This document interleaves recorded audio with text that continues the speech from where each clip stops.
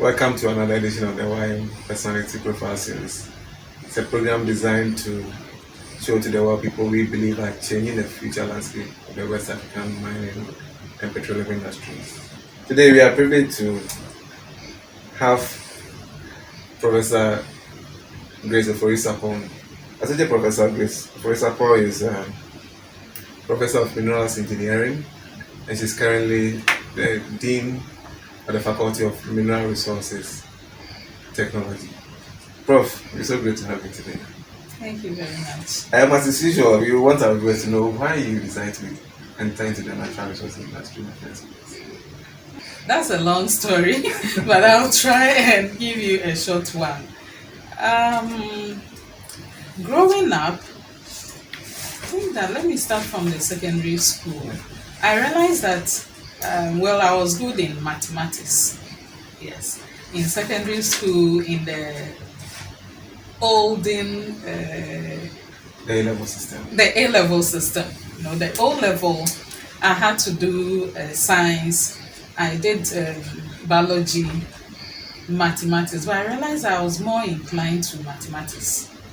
So when I got to sixth form and I had the option to choose between mathematics and biology, I went straight into mathematics, and I knew that was going to take me into engineering. Yes. So that was how it started.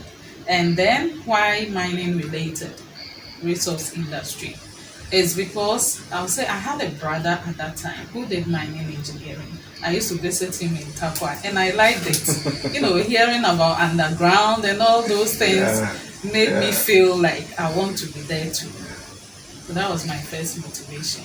I'm still trying to get your inspiration. Yeah, apart from that, what was your real motivation? All right. So I know I didn't do mining engineering as it is. Yes. In fact, as at that time, I only knew about mining engineering in Tarkwa. But it was when I was about applying, then I got to know that there is a school of mines, Kumasi. Yes. And there was a mining related program. And since I was already a Kumasi person, I went there to do metallurgical engineering. In fact, initially, it was on my mind just to teach. Oh, okay. And the teaching, I didn't really mind whether it was a university. Yeah. And this motivation has been with me. Maybe it's an inborn thing. Yeah. When I was growing up, I had a lot of teachers in my family. And even in the basic school, I was teaching my mates. I was teaching people younger than me. Fortunately for me, after secondary school, my national service, in those days after A-level, you will do 1 year national service. So I was posted to a secondary school, and I went there to teach mathematics and core science. I loved it so much that I made up my mind, okay, to be able to teach here, I need a first degree. Yeah. So let me go to the university, get a first degree, and come back to teach. So I went to the university, and along the line, I realized that no, why go back to secondary school? Why can't I be in the university? So getting to the end of it, when we were choosing, as a metallurgical engineer at that time, I could have gone to a mining company to do my service. Yes. I had been there on attachment on 2 occasions, but I realized that I was rather more interested teaching in a university. So I opted to do my national service in a university, and I was posted to the then KNUST School of Mines. So I came to UMass to do my national service. And immediately after that, I got to know the university system. I needed a master's degree. So I went back to do my master's because I wanted to teach in the university. So after the master's degree, I applied and I was employed here. Now, the motivation to be in the resource sector, I realized that as a woman, moving through mining companies, attachment, national service. In fact, when I came to do my national service here, looking around, lecturers, there was no female. There was no female. And then national service, looking around at that time, I didn't really see females. And I am somebody who likes to impact. I like to motivate others. I like to reach out to others. I like to, set a pace and bring people along. So I saw that as an opportunity to be there, break the boundary, get in there and try to bring other people on board. So that was my main motivation to be there.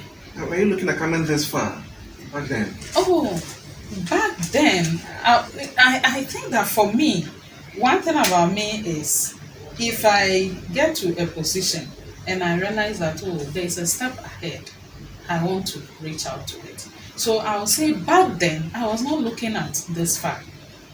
Probably I couldn't see to this far. Yeah. I couldn't see to this far.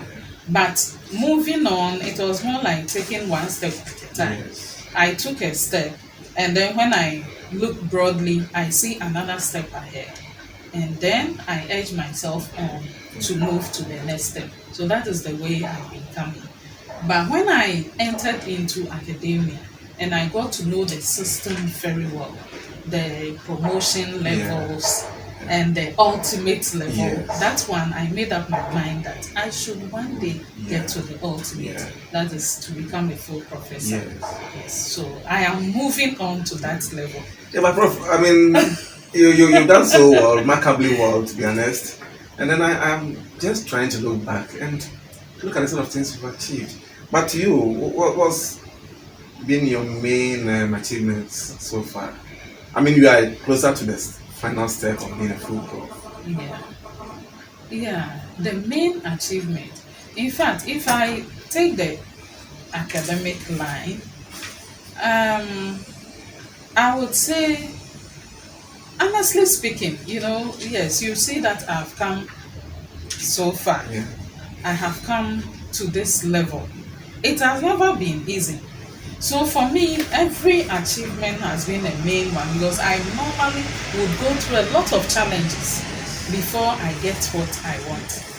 See, so I wouldn't be able to think through any of them to see that this one was so easy, it came naturally. I was actually looking at some of your most important highlights in your career so far. Oh, okay.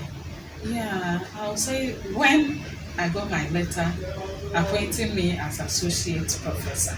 Yes, that one. Can imagine. Yes, that one was so nice, because it's more like in the as a student, when I got PhD, that was a great delight. Yes. I remember when we were in final year and then starting masters, we used to joke about it that when you get your master's degree, there's no change in title. Yeah.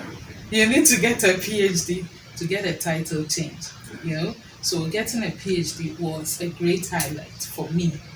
And then at the work side, getting an associate professor was a great deal for me. Then the other side of it was when I was able to found this association called Ladies in Mining and Allied Professions. Yes. I had something like that at heart for a very long time, and it was difficult, getting it done. Sometimes because of busy schedule, because of getting people to be interested. So when finally it was formed and it was registered, it's also one thing that I saw to be an achievement, because that is a great platform to bring a lot of like-minded women on board and to influence the society around us.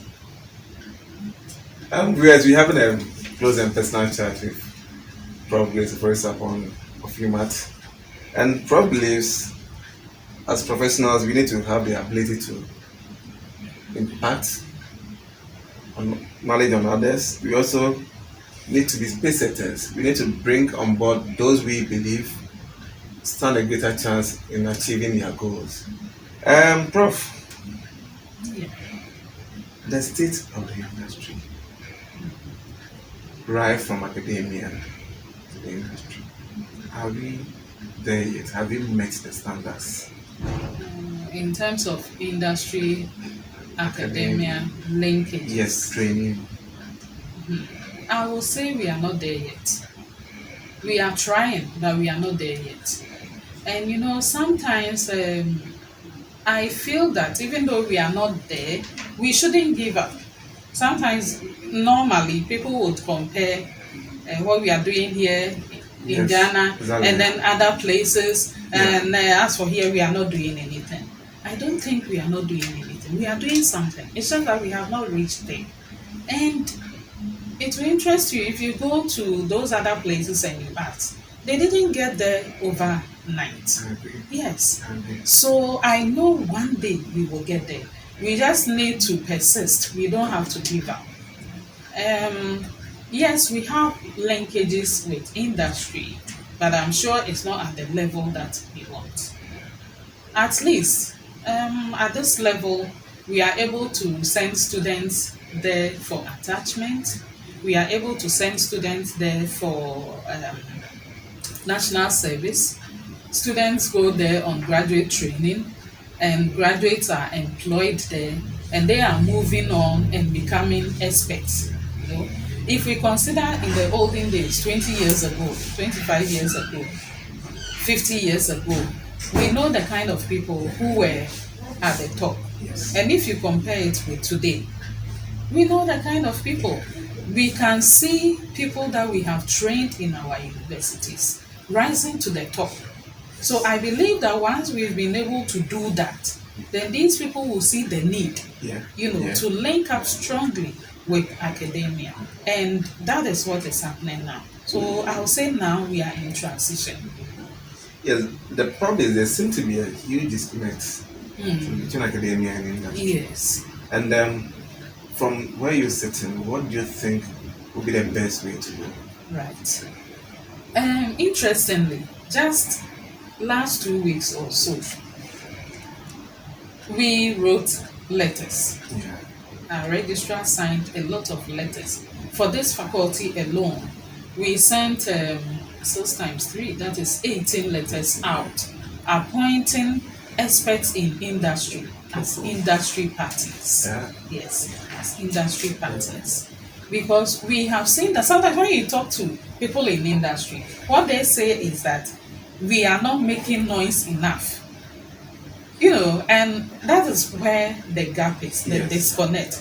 Because probably we sit here and we feel, well, if they have a problem, they should come to us instead of sending samples outside, instead of getting solution outside, which is more expensive. It is cheaper here, so they should come. And they are also sitting there and thinking they should come and knock at our doors. So as far as UMAT is concerned, we have accepted to be the ones knocking at the doors of industry. So this is one of the things I've talked about. We have appointed industry partners. When I came this morning, I saw 3 letters here, people who have accepted it, and they are also happy to partner with us. Yes. I think that's a first step in one of the things that we are doing. Prof, you are incredibly productive, trust me. And I mean, you come in early, and sometimes you leave so late. I just wonder how you're able to split your time between the home and then your friends. Yes. That is another that's a serious, challenge, a big challenge.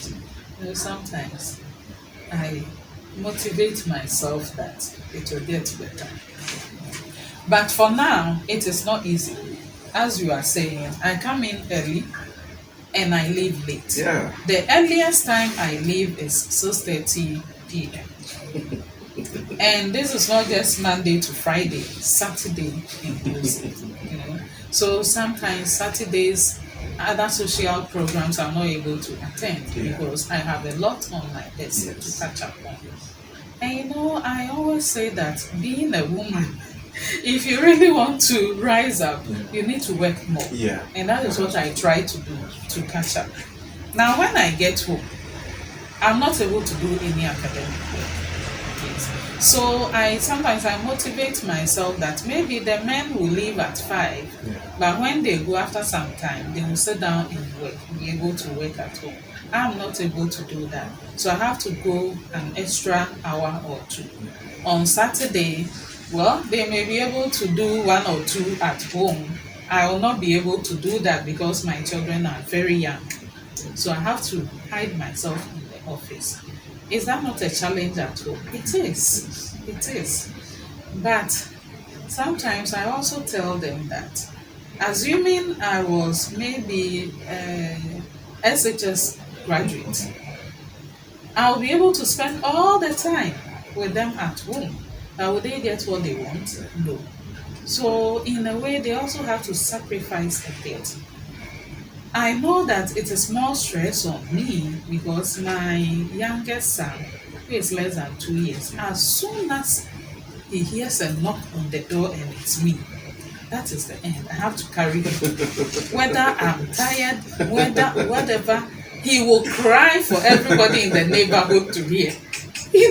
Then I'll ask him, has he been crying? He was just playing, So I have to go home trying to be strong, even though I'm tired, just to pacify him a little bit, and then I move on. So it's not easy, but I'm just trying to say that it is doable. Yeah. It is possible. It's just that as a woman, I'll have to put in more effort. But looking at all these things, I'm still wondering, what have been your strengths all along? Okay. My strength, number one, is from God. It's the grace of God. Yeah, so I don't take my name Grace for granted at all. Yeah. There was a time when I was in the US doing my PhD. Things were so tough, and I was extremely disturbed. I went for a prayer meeting. I was singing in the church. So I went early in the morning, and as we were praying, there was a prophecy. No, I said that they should pray for me. It was a request for grace. So there was a prophecy that I have grace written on my forehead. Yeah. So God says I already have it. I should just utilize it. Yes. So that is my number one strength. I always pray that I will be able, now I don't pray for more grace, but to be able to utilize the grace that is available to me. So once I'm able to utilize the grace, that grace will give me extra physical strength. That is my belief. It will give me the wisdom to discern. So when I hear something, when there's an issue, I don't rush into judging. I pray for the Spirit of God to grant me understanding into the issue. So I get a clear understanding. And sometimes it's so strange and nice. There will be an issue I'm thinking about, and sometimes will just drop. Give me a prompt. So I believe that the Holy Spirit gives me prompts into solving issues, and also into bringing on board new things that will help. First, we're still having a close and personal chat with Grace. She believes as professionals we need to be self-motivated always. We also need to be able to sacrifice to achieve our goals, and we need to believe that everything is doable. But then we need to believe and commit all our problems to God. Prof, your current position, what are you aiming to achieve? As you rightly said, I am an associate professor. I have been on this position. This is my 5th year. Yes. Actually, after 4 years, I'm due to apply. That is our system, 4 years. So I have spent the 4 years. Okay. The minimum 4 years. So I have at least the basic requirement to apply. I have to make myself ready. Exactly. So I'm working on making myself ready. And normally the challenge aspect, we have 3 areas. Service. Once I have been serving, I'm okay in that area. Teaching, I'm okay. Research. The research has suffered a bit because holding administrative positions, doing all these teaching, you can't sacrifice the teaching. No. You can't sacrifice the administrative work. So most of the time, it is the research area Yeah. that suffers. And especially as, within the past 4 years, I've taken time out twice Yeah. to give birth. Yes. So that has also taken Yeah. part of Yeah. the time. And therefore, I have defaulted a bit on my research side. So I'm working hard on that to apply to the next level, the ultimate level. And what should we be looking forward to from the FMRT as well? Oh, FMRT, one thing that is coming up that maybe is the first time we are working on is certificate courses. Oh yeah. Certificate courses Yeah. for all the departments. Yes. Why are we doing that? We know that for a long time people have been asking about this. Yeah. Why are we not having certificate courses 1 year? Because it's not everybody who has Yeah, I think to I agree. I enter. think it's long overdue. Yeah, it's long overdue. So we have started. Okay. We have already approved it at the department level, at the faculty level, and it's now at the academic board level. So once academic board approves of it, then we can start running those programs. The other one is the industry partner thing, which started with my predecessor, Professor R.K. Amokwa. Yes, it was his initiative, just that it wasn't carried through within his time, and I came on board, and knowing that it's a good idea, we have pushed it to its final level. Yes. So now that people are accepting, we need to follow up Yeah. so as to strengthen the industry academia linkages. Our vice chancellor is highly in support of that, because when I told him about it, then he directed that registrar should write so that it is a university affair. Oh, cool. Yes. Cool. I thought it was only going to be No, FMRT. yes, FMRT has initiated it. Okay. But when the thing comes and it's good for the whole Yeah. university, yes. Yeah, because actually, if you go around talking to the industry person, that is all we need. They keep asking, the universities are sitting down, they are not coming They are to not us. doing They are anything. not coming to us. We don't even see what they are doing. So if this linkage is provided, I think it's really going to help. Yes. So at the faculty level, we say every department bring 3 Yeah. experts. Yeah. VC looks at it and says, no, why are you restricting them? Yes, it should be. We want to strengthen Yes. the industry Yes. academia relationship. Yeah. So let's open it up Yes. and have more. Yes. Yeah. So he is also fully in support of that. The short courses or the certificate Yeah. programs is highly in support of that. Registrar is in support. But we are starting it from here, and it's going to take over the whole university though. We are also, as a university, though this is a faculty, but we are not independent. So whatever we are doing, it is only when it's approved by the university that it can go out. Yeah. Yes. So another thing that will come up strongly is postgraduate diploma. Yes. All along it has been mining, Yeah. but the other programs will also have postgraduate diploma. We realize that some people come from the industry, they do the 1 year taught courses. It's difficult for them to do the second year, thesis. Yeah. So if it is postgraduate diploma, you do a small project Yes. attached, and then you get your certificate. If later you want to get a master's, you come and do top up. Yeah. And then the 1 year certificate too, we are going to do it such that when you graduate from there, you will be able to top up and get a diploma, and then top up and get a degree. Yeah. So we will develop programs at all these levels. Well, still talking about industry and then professionalism, what do you think is really lacking in the industry as far as professionalism is concerned? You've sat back, you've read into the industry, you know everything that's going on. Look, vis-a-vis world standards, are we getting it right? I think that now we are not doing badly related to previously. Yes. And previously, it was because we didn't even have the expertise. I remember when I went to an industry, at that time, a whole metallurgical plant, I think there was only one metallurgist. The whole company. But now you go and there are a lot of them. Yeah. Now we have a metallurgist rising all the way to become a general manager. Wow. Those Yes. examples are very. So I think that previously maybe we didn't have the chance, and we were not also even available. Yeah. Like sometimes we talk about local content Yes. in the yes, yes. petroleum industry and all that. When we don't have people with the expertise, how do you feel even that quota that is created? I think now we are moving on. Given the opportunity, what would you want to see being done differently in both industry and then academia? If I look at academia, I know UMAT, the way we do our things are different. We try to pursue professionalism. Yeah. Yes.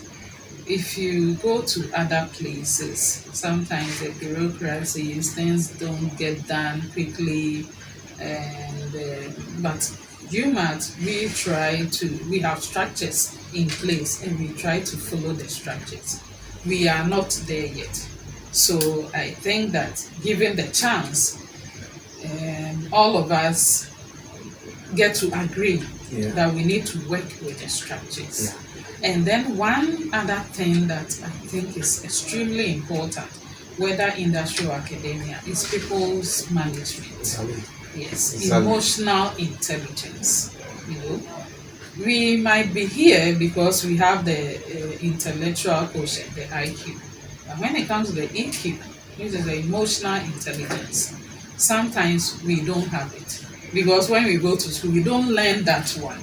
So that is something that personally or as individuals we need to work on.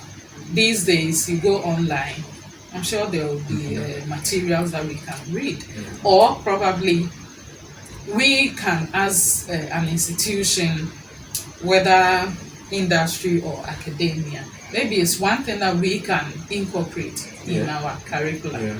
Yes. And how about those of us who are not going to sit in the classrooms to learn? We can have seminars on those ones, you know, to talk to us about how to manage the people around us, how to interact with people, how to, as the Bible says, live at peace with all men and of course women, as far as it depends on us. That will help a lot, because when we don't have that peace between us, it doesn't matter what we are doing. It means we are not all pulling or moving together. So that is one thing that I think we should do. If we manage people well, they may not have what they want to have, but they will understand us. It's like bringing up your children. If you're always taking decisions for them, everything is above them. You go, you see something, you buy, you give to them. Maybe they don't need that at that time. But if you interact with them and you let them understand things, sometimes even their demands, they will lower their demands because they know your state at Yes. that time. You know. Yes. But if you don't talk to the people, they might think that you have something you can give to them you are not giving, and then they are thinking that you are not treating them well. I believe that it is always important to talk to people.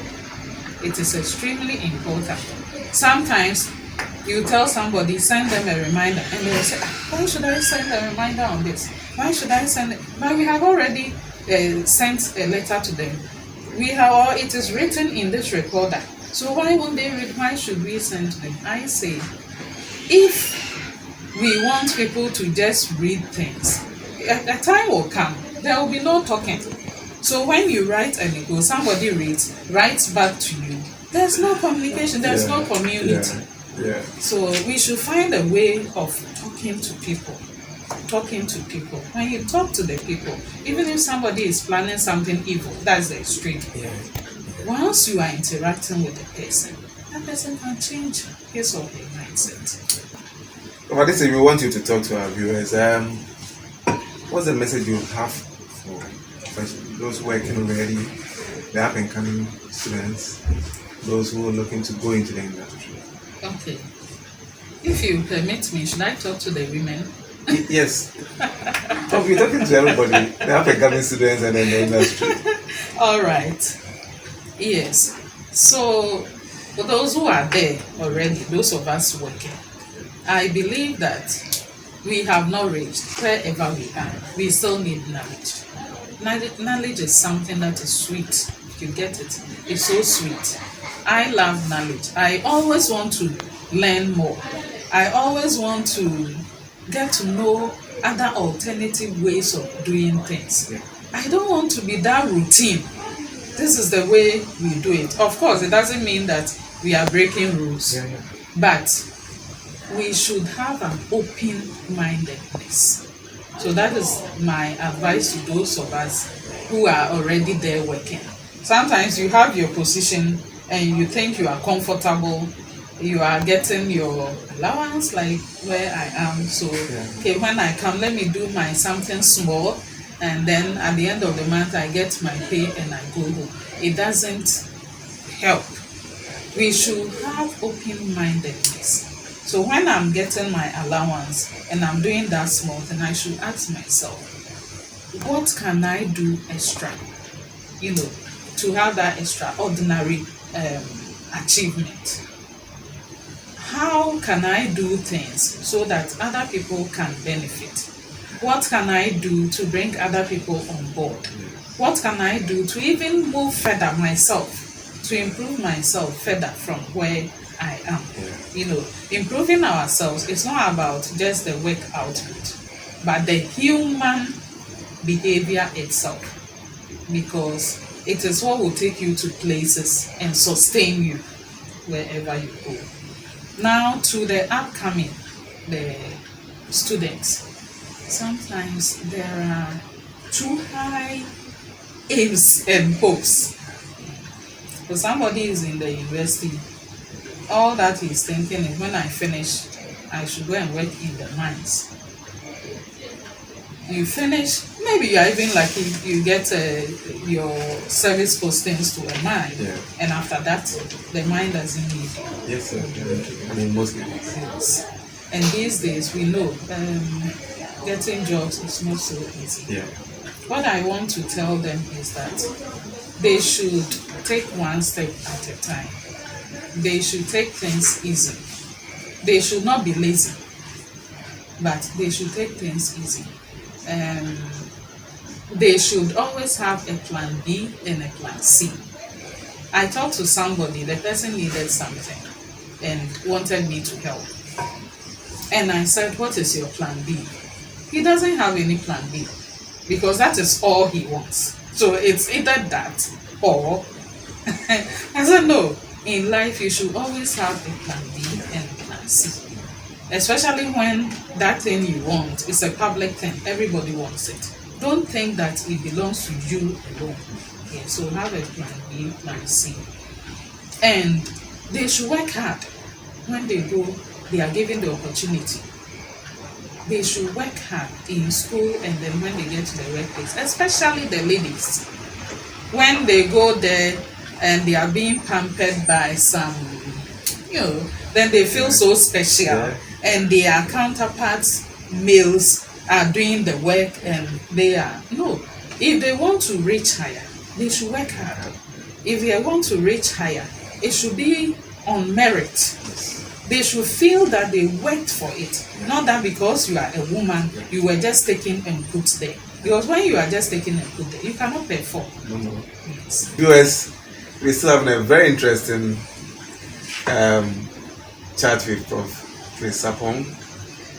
And she believes that as professionals, we all need to sail the same boat towards the best destination. We need to improve on our communication skills as professionals. We need to strive towards perfection and increase our knowledge base. And then we also need to be open-minded and learn alternative ways of doing things. Don't forget that we need to take one step at a time and stay focused always. Prof, now we've come to the point where you need to tell our viewers something. What is it about you that will make them laugh?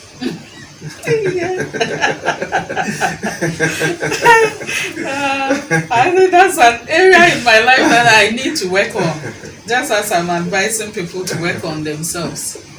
I am not a good joker in quotes. There's definitely something about you. I mean, I know you won't walk in the rain. You don't dance so much. Oh, dance. Yeah, do you? Yes. Okay. I dance, especially cool. these days. Yes. You know, I used to be a very shy person. Okay. Yes. And even when I finished university, did my master's, even started working, that thing was more like enslaving me. Okay. Yes. Yeah, that was. Yes. It was a friend of mine who helped me to build my self-esteem. Yes. To make me, maybe it's because of my own background and other things, you know. So now I dance in church all the time. Yes, I dance in church all the time. And probably too, when I had children, then it also kind of brought me into a real world situation. Yes, it's losing you out of it. Yes, honestly, it has. Because previously it was just from 1 go to 2, go to 3, and that kind of thing. But these days, I'm able to, dance with them, tell some stories that don't exist, just to keep them happy. And I bet you this is something nobody will expect from you. Yes. Maybe it's the time. The time is so short for me that I'm not able to sit down 1 hour conversing. I'm not able to do that. But so when somebody gets close to me, then intentionally I make time for the person. Given the opportunity, would you want to still be a minerals engineer? Minerals engineer. Yes, I love minerals engineer. But assuming I was interested in working in a mine and given an opportunity in the current situation, I wouldn't do it. In the current situation. So, for example, if somebody wants to come into the university, the person is hard pressed, want to finish, get work. Maybe there's something waiting for him at the family side. I know that minerals engineering might not be the first choice because there are other programs. I'll recommend other programs that will help the person to at least be self-employed, waiting for unemployment. Yes, Prof. My name is Joy. It's been so nice talking to you. So grateful. Thank you for having us.